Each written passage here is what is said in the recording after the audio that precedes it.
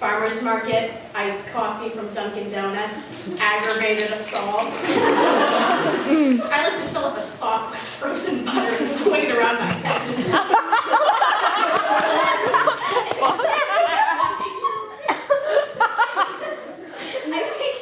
I think dating would be easier if I wasn't myself, you know. If I worked in finance and joined a sorority and looked like a clone of Julia Fox and Uncut Gems. Then at least I wouldn't be myself and there would be something worth loving. Also, Tinder's customer service won't be able to find me and throw me out again. Together we could get off this app. Together we could get off. Together we could kill a CEO together.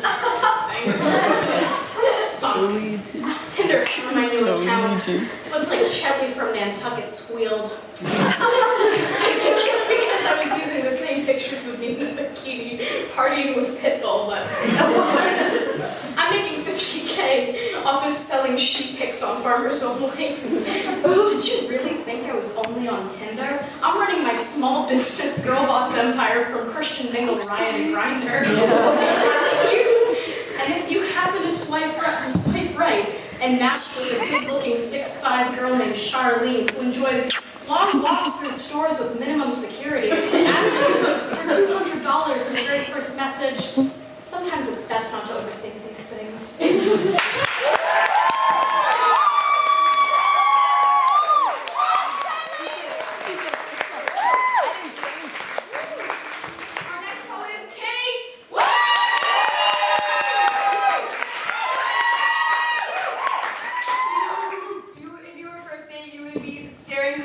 Loser buys dinner.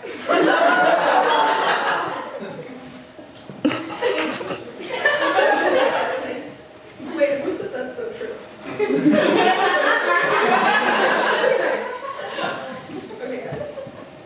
All right, this poem's about domestic violence, so kind of trigger warning, but anyway. All right.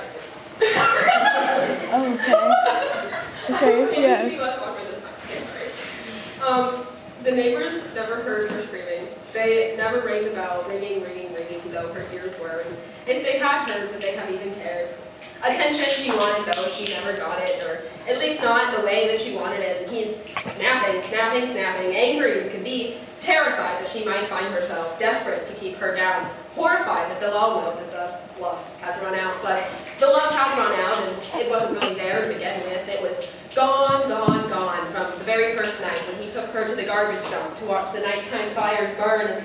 He tried to touch her, his own flame burning, trying to burn her, take her, fuck her, in the most criminal sense, but she didn't know that she could ever leave, thought that the worst was to come, and she found herself a new home, a new place, a new man, maybe, or a woman, even if her parents hadn't taught her that that was a sin. And there's an aching feeling in her chest. It keeps her awake at night, worrying about her own daughter's future. What she'll think about men who remind her of her father. Her mother knows that she is not her father's daughter, not a monster, not burning with rage, but she is her mother's child, passive on occasion, desperate to stay, even if she should go, even if she knows it'll always stay the same.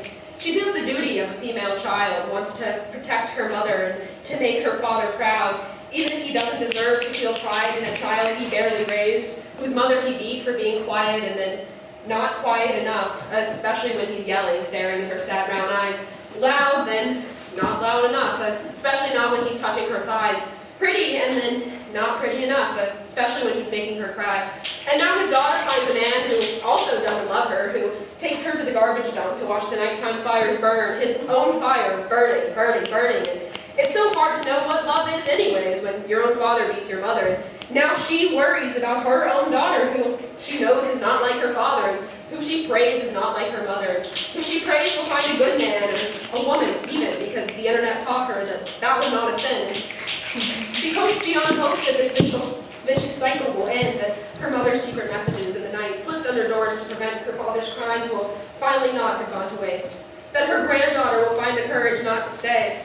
Not to say that her mother and her grandmother weren't brave, but just that they were trapped and they aimed for their daughter and their granddaughter to be the one who could escape. And she is not her father's daughter, but she is her mother's child, strong enough to bear the pain and soft enough not to be a monster, but stronger even to leave, not to stay. And the slip slipped under the door at night by Her mother, who loves her, will guide her to the light, and she will find someone who doesn't beat her. She will find strength in the story of her grandmother. She will know love as it is, as it should be, as it should have been all along. When the person who loves you is hot, not with fire, but with a burning desire to show you your worth and take care of your heart. Her father never loved her mother, and her grandfather was a criminal burning with rage, but she will only know the truth of love. She will never have to bear its pain.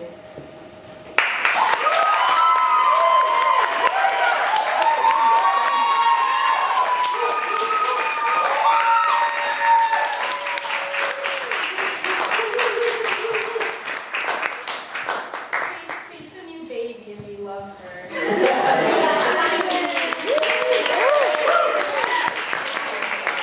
Next up we have Katie. Katie, your first date would be an A24 VIP movie premiere. Hi guys. Hey. Girl. Last week, I went on a dating app date with Wes Anderson. We matched on Ryle, the app where Mark Zuckerberg fell in love with the Army Hammer twins. And I previously matched with my ethics professor. You know how guys are supposed to take girls swimming on the first date? Wes and I didn't go swimming. We didn't go to Nobu either, despite me suggesting it. We went to AMC to watch Baby Girl. I'm an AMC stuffed A-lister, and I bought 2 sets of Dippin' Dots. It wasn't everything I've ever wanted, but it was close. I didn't recognize him at first. On Raya, his name was Wes 55.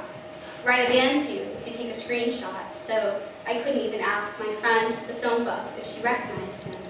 If I had, I would have been a bit surprised.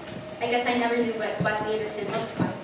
In my head, he always slightly resembled Fantastic Mr. Fox. Furries aren't really my type. On the other hand, red velvet suit, long hair, born in 1969. I guess Wes Anderson, as I now know him, doesn't have a thing for furries. He does, however, happen to write Fantastic Mr. Fox fan fiction in his free time on AO3 under a pen name called Orphan Account. Think about his figure during the second Baby Girl milk scene. He didn't mind seeing Nicole Kidman licking off a plate, not at all. But he does have a fear of dairy. Animal milks, really, one might call it phobia. You know, drink oats, not goat. If it's yak, send it back. Only soy for this one. I didn't ask what he thought was in the Dippin' Dots. After we watched Baby Girl, he rewarded my obedience with backstage pass tickets to a washed-up child star meet and greet. We made chit-chat as we waited in line to shake hands with Tom Felton and the Wizards of Waverly. How do you get that dog to calm down? I asked him. He saved me from a vicious dog attack earlier. I gave it a cookie, he said. Why? Do you want one? Right? He asked me. I've never written a day in my life, sir. He looked displeased, so I continued. But you inspire me to want to. Fantastic Mr. Fox fan fiction is the place to be. He liked that answer so much, we skipped the meet and greet to fuck.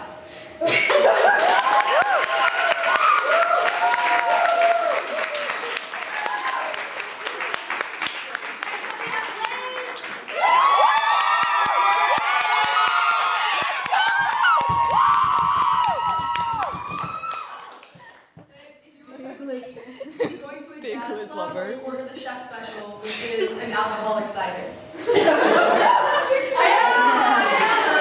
Woo!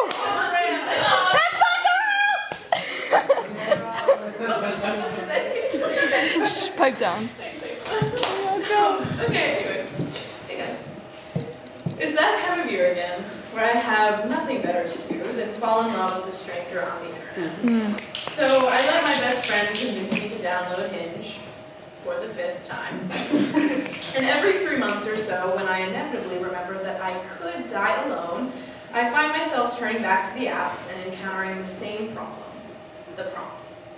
The ever-changing updates about my life that this app needs to know in order to somehow magically algorithmically lead me to my soulmate. Like, my love language is, I don't know, love. Like, isn't love already its own language? Isn't there literally an entire Nat King Cole song about that from the Parent Trap?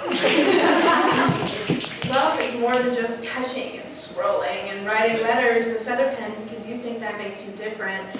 But instead of that pretentious response, I say sweet treats or flowers because I'm just a girl after all. Just another girl among the dozens that you'll stumble across on your toilet scroll. I'm also just a girl who never gets flowers or sweets because, let's face it, if I did, I wouldn't need an algorithm to find the person who will buy me these things. Or how about this year, I really want to fall in love. Obviously. This is Hinge. That's too obvious. Get flowers. No, I literally just said that. Oh, I've got it. Go skydiving. That is sick. And something I'll definitely never fucking do. Or I go crazy for guys with curly hair and glasses.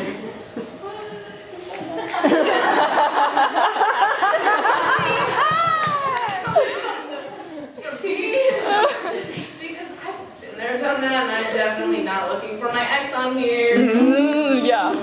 I'm over him totally, and that's why I'm on here after a long night of drinking with friends who remind me of my singleness in my twin bed that's way too tall instead of his, a queen with no bed frame. So let's just say I go crazy for a good sense of humor.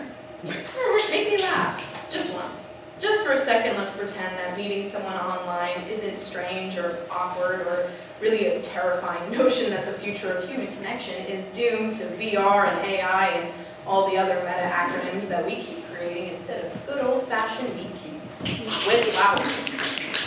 Let's pretend for a moment that we aren't just lonely or horny and that we're actually yearning for real connection, even if there's a 50% chance that I'm talking to a robot, and we'll probably never meet. So maybe tell me a joke so that I feel less like one.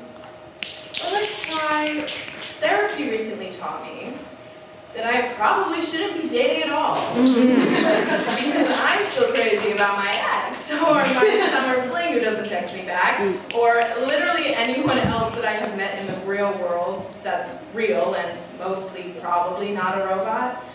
Because even if it doesn't last, at least I can say it happened beyond a few texts and one awkward coffee date where I spend all of my brain power trying to match